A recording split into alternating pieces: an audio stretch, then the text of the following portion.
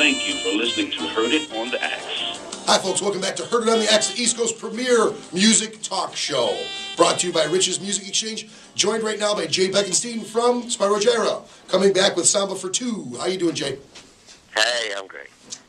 Let's talk a little bit about the new album. Is that okay? Sure, of course. It's a foreign affair, and it came out in September? Yes, it came out in mid-September. Okay. September 13th, I think. And then it's not a world album, but it's not like a world music album, but it's kind of influenced by a whole bunch of different flavors. Tell us about that. Well, you know, we're really very, very fortunate enough to have a worldwide following, and in the last year we've played places as far away as Angola and South Africa. We've been to India. We've been through South America and Mexico. I mean, we just get to play all over. And one of the cool things about that is we're always meeting local musicians and hearing local versions of jazz or just local music. So, you know, we don't try to emulate it. We're not going to play reggae better than somebody from Jamaica. But we pick up on the flavors. It's like adding different spices to your food. And when we made this record, the instructions went out to all the writers, you know, come up with some impression of places you've been. Very non-specific, but the record, I think, has a really nice, colorful flow to it. And and once again, going back to our original statement of it being kind of a fusion-y band, it makes sense to do that, you know, to take a piece of something that you've heard in the Caribbean and you know, put that into one of your songs. It just makes, it's really what you guys do, period. It always was. And, I mean, early on, the Caribbean was a big part of what we did. That was kind of close by. I was brought up in the New York area when I was young, and the Caribbean, there's a big Caribbean population there and always has been. So I heard of salsa on the radio, and my father introduced me to Afro-Cuban music when I was a little kid. So, you know, after I went to Buffalo and started this whole thing up, the Caribbean was already there for Spyro Gyra. I'm more excited about the stuff on the record that's influenced by India or the Middle East, because that's kind of new for us. Oh, really? So that style of music is, or being over there as a band? Having a relationship with some musicians over in India that are willing to work with us. The piece, the second thing on the record, a piece called Huda. It's sung it's sung in Hindi by an Indian musician who we met through a relationship with a Bollywood producer, who's the writer of the tune, a guy named Sandeep Chowda. And he's just a prince. He's been incredibly generous to us in India. He takes us out to the best places, and he presents us with the best music. And so we have this nice growing relationship, and I'm really happy we did one of his songs. So basically, going to school in Buffalo was a good choice. Is it safe for me to say that? Yeah, well, you know, I graduated high school in Nuremberg, Germany. I was living on an army base. Oh, really? I didn't know that. My parents were over there in Germany, and the only relative I had in the States lived in Buffalo. So I came to Buffalo. I had no choice. I was told, Buffalo is where you're going. Your aunt lives there. And she left 6 months after I arrived. But there I found myself in Buffalo. And I wouldn't say so much that going to school in Buffalo is the greatest thing, but being in the Buffalo musicians community was the greatest thing. So you were like the real-life Fresh Prince of Buffalo. Like you got moved because your auntie lived out in Buffalo. Long Island, but I could play saxophone.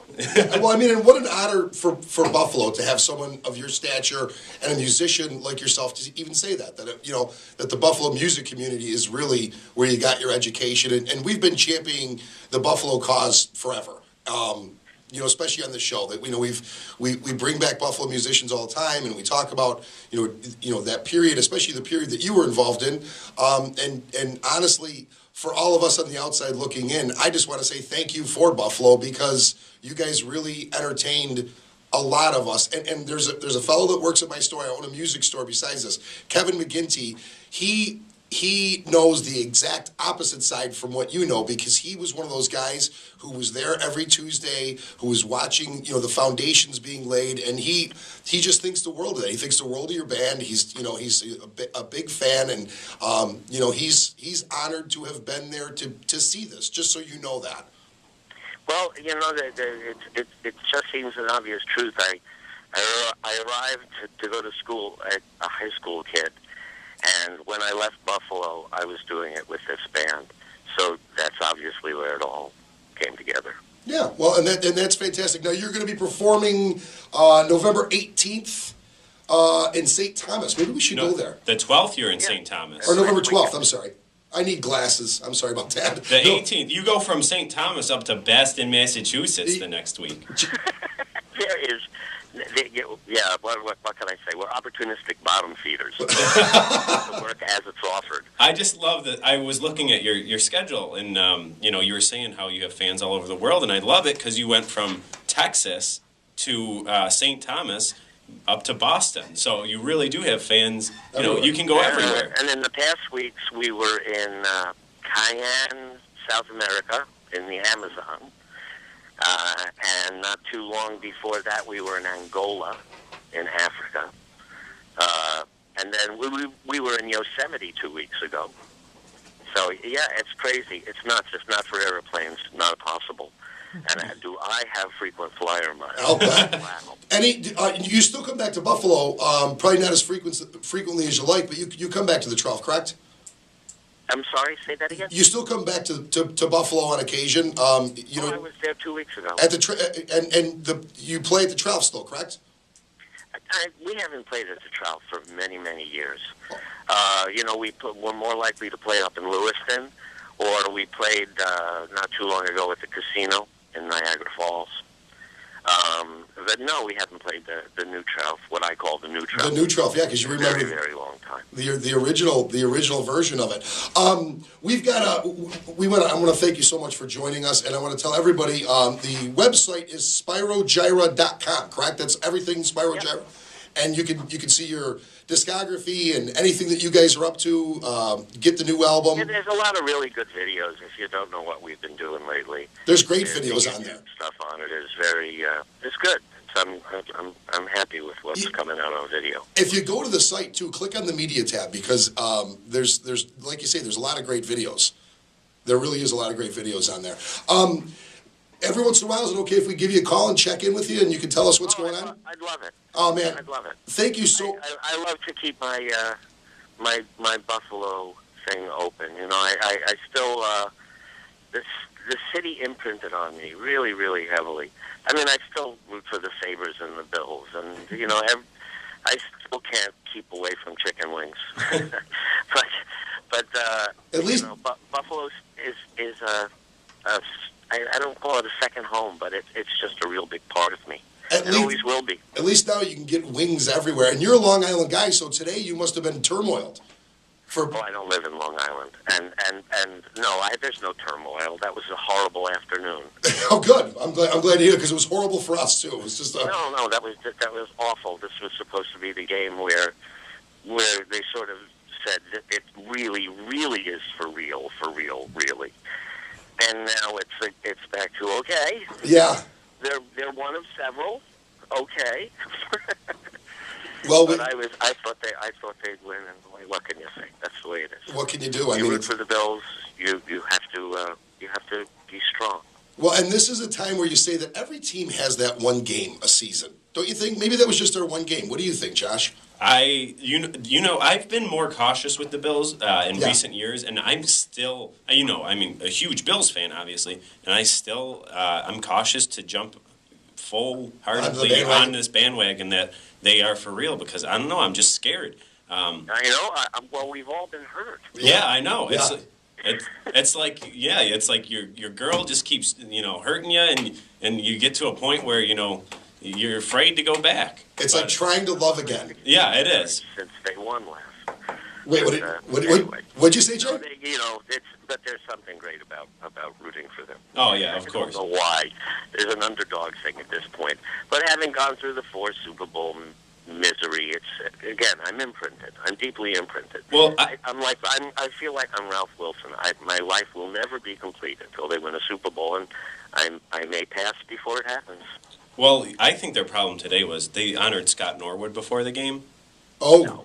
yeah, that could be it. Yeah, I was not a big fan of that decision. Yeah, that was a dumb move. I got no problem with the guy. I'm not. People are kidding, right? I'm not saying like if he walks into a bar. No, I think they did. They did. No, they did. They honored But Scott Norwood before the game. I'm not saying if he walks into a bar, I'm going to throw glasses at him and stuff. But I'm also not going to kiss his feet and stuff too. Yeah. You know, I mean, let him do his thing. But I don't think he needs to be honored. But yeah, I felt like that was bad karma from the beginning. I feel horrible for him. Yeah. But not as horrible as I felt for myself. No. Yeah, exactly. All right, my friend. We got to head to a commercial break. Thank you so much for taking some time. Good luck, guys. Good luck with everything you do. Thank you. Bye-bye. Speak again. Thanks. Bye-bye. What a nice guy and a real champion of Buffalo. Yeah. Loves Buffalo, and it's great to see Buffalo Sun go, and a whole band of Buffalo Suns. If you moved somewhere, could you ever love a city enough to, even root for that team? I mean, if I moved out of Buffalo, the only place that I would obviously root for the team if I moved there was Boston, because I am a Boston Red Sox fan. What about the Patriots, though? I wouldn't root for the Patriots. But I don't know. I feel like if I were to move to, say, like Carolina, I wouldn't become a Panthers fan. I'd still, love the Bills through and through. Buffalo gets under your skin. It's like a fungus. It is. Buffalo. And it itches sometimes. It really does. It's just, it's amazing. And the ointment is expensive. When you think about the musicians, and once again, we've brought you a lot of the musicians that he talked about. Ernie Corallo, has been on the show a couple different times. The caliber of musician in Buffalo is just amazing. And once again, Jim Anger, it seems like every week I'm quoting something that Jim Anger said all of a sudden. But Jim Anger told us when he left in the early 70s that, not that you got a free gig if you were from Buffalo, but if you were going to do something and you were from Buffalo, you were taken a little more seriously and perhaps looked at a little harder. You still had to cut the gig. You didn't get a free pass or anything. But it's an amazing thing. We're going to take a small commercial break and come back on the other side with music news and the big concert announcement. Stick around, folks. Heard it on the X. Park Avenue Imprints.